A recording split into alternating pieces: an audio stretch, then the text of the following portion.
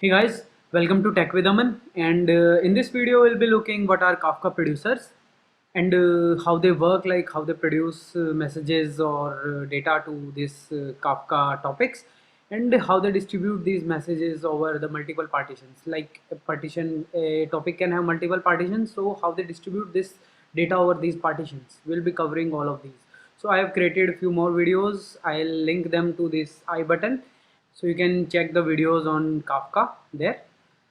So if you like the videos, please do subscribe to my channel. I'll be posting more videos on Kafka also. So Kafka producers basically produce message to one or more topics. So there can be like multiple topics inside the Kafka. So let's say we have multiple topics. Let's say this is topic A, B, C. I'm giving just vague names. So there are possibilities that producer 1, P2, P3, these are producing to same topic. There can be multiple uh, producers which can produce to same topic. Yeah, so here the single producers are producing to these topics, and there are multiple producers which are producing to this single topic. This situations comes in when like you have five or like two or three instances of your application running, and these applications are containing these producers, so these are producing to same topic. Okay, so let's move to next point. So increment the record offset after appending. So basically whenever a Kafka producer, let's say P1 produces to some partition, let's say partition 1, this is our partition. So let's say it is producing, let's say we have only one partition, so producer is producing to this partition, so it produce a message. It will put the message at offset 0, offset 1, offset 2, offset 3. So similar way, like it can produce nth message. It will put it an nth position, and like it will increment uh, from previous one. Like previous was n minus 1, so it will increment the offset 1 and set the message there. So this is how the messages are being produced to the partition, and offsets are like each message have their unique offset inside that partition. Next is the messages which are being produced by the producers contain headers, and they also contain key, value, and timestamp. Okay, so the key is basically used for deciding the partition. Headers, like you can put information in headers as we do in APIs. So we can put any information inside these headers. It also message also contains the timestamp at which it was posted inside that Kafka topic. Okay, so these are the key things which are being pushed by the producers. So we have header, key, value. Value is basically the byte array. It will be a byte array, so it will not make any sense until you deserialize it. We will look serialization and deserialization in later videos. Okay, so it will be in byte form. Okay, so let's move to next. Producers can be sync or async. Okay, so we can have two type of producers. Let's say we have producer P1, producer P2. These are like producing, let's say, to same partition par1. Okay, so this can be sync and this can be async. So what do I mean by sync and async? So in sync flow, like producer will produce the message, and the message will be appended here, and after that the acknowledgement will be provided to that producer that this message has been appended. So this happens in sync. Like you produce message, the producer is waiting at this whole time for the acknowledgement. And in async flow, like P2, it give the message to the Kafka broker, and it will not wait for the that acknowledgement. So acknowledgement will come later in time, and it will be acknowledged. So here it is not waiting for the acknowledgement. Okay, it just gives the message to the broker, and it will persisted. In sync flow, there's a problem like the producer have to wait, so the time to produce a message increases. Okay, and async that time to produce the message is not there, but the problem is like that message might have failed, and you have some steps in the program that this message do something, do this after producing that message, so that message producing might have failed. You will get acknowledgement but later. So this will be like make things fast, but it might this flow might have problems because the my message might not have been produced properly. Okay, so these are the two types of basically producers, sync and async. So we use these as per our use cases, like if we need faster like appending without losing that, like we don't care about that if message is pushed or not. So in that case we can use async, like these can be cases like user click stream is being saved to a Kafka topic. So each like some things can be missed, and sync can be used in the like you need to know that this message is being pushed. After that you are taking some action. So in those cases the sync consumers will be sync producers should be used.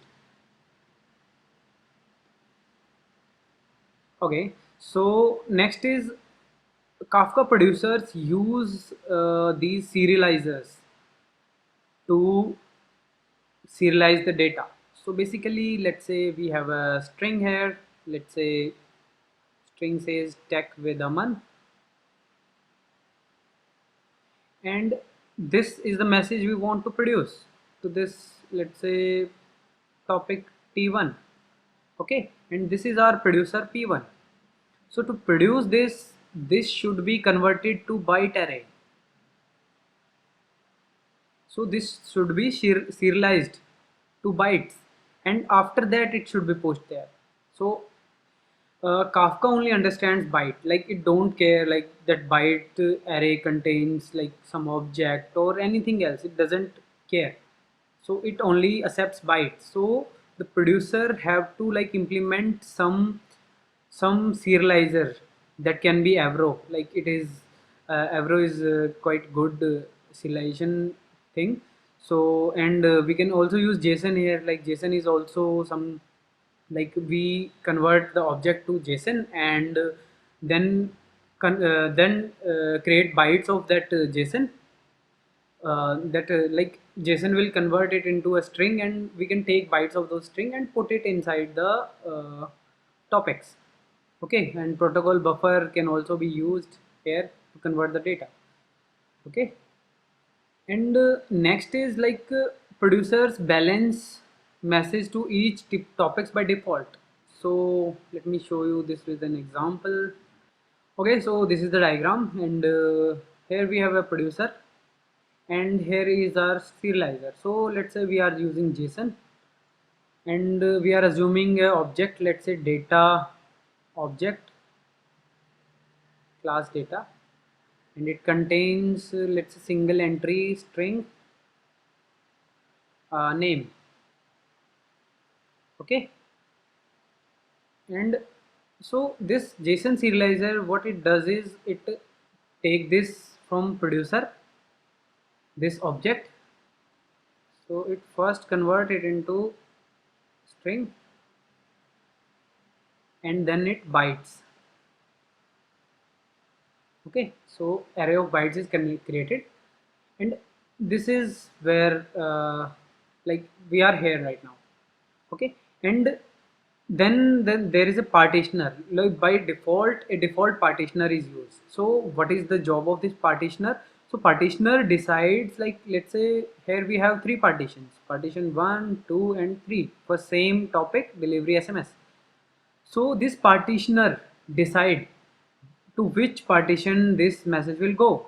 So here the partitioner had decided the message will go to partition 1, and here it has decided to partition 2, and similarly there can be messages to partition 3. So this partitioner decides where the message will go. By default we choose a random partition. So basically the message came in with key and value, and let's say key is null. So here this default partitioner will act partitioner sorry for spelling. So this the default partitioner will act only when we have key is null. So basically, let's say this message has come with key null, then the default partitioner will act and it will randomly choose any of these partitions. Partition 1, 2 or 3, any can be chosen for this message, and that message will be appended in that partition. Let's say message is appended here. Okay, and next message come, it will be, let's say, partition, this partition is chosen and this is appended here. Okay, so this can happen. Here we were sending key null. So let's say if we are sending any value in key, let's say key is name is itself key. Okay, so in that case default partitioner will create a hash of that key and select a partition based on that hash. Let's say p1. Okay, let me clear it up. So for key equal to null, we use random partitioner, and key is present, then we use hash based partitioner. Okay, so hash based partitioner, what it do is it take the key and create a hash and then decide a partition on based on that hash. So if that key comes again, then hash will be same and then same partition will be allocated for that message also. Okay, so here use case can be like each SMS message which will be sent to a customer. Let's say customer with cust ID 3. Okay, so we want to like send we want to keep all the messages for same customer in same partition. Okay, so in that case we send the customer ID in key and our like key is present, so hash will be calculated and partition will be chosen. Let's say partition p1 came in. Okay, next time some other message came with same cust ID 3, then this same partition will be chosen. And if the message came with cust ID 2, then the hash function, let's say, choose p2, so p2 will be chosen and messages will be appended in that. So this is the way like default implementation of keys happened. Okay, so the producer decide which like this partitioner decide which partition to assign this message. Okay, so also here we can provide custom partitioner. Okay, so in custom partitioner, like the key will be given to that partitioner and that partitioner will provide the partition in which this message need to be sent.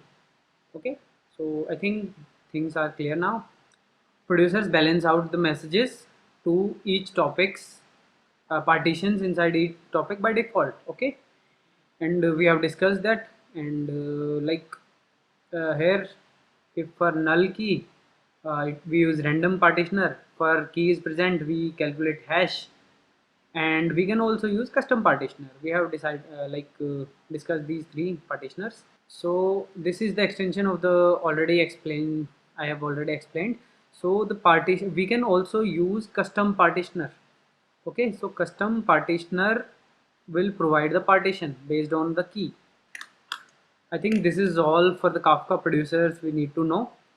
So in this video we have learned like how these are appended inside the, like how producers like serialize things and use partitioners to decide the partition and append these records or messages to the commit log of that partition. Okay, so this is all we need. So if you like the video, please hit like, share and subscribe. Thank you.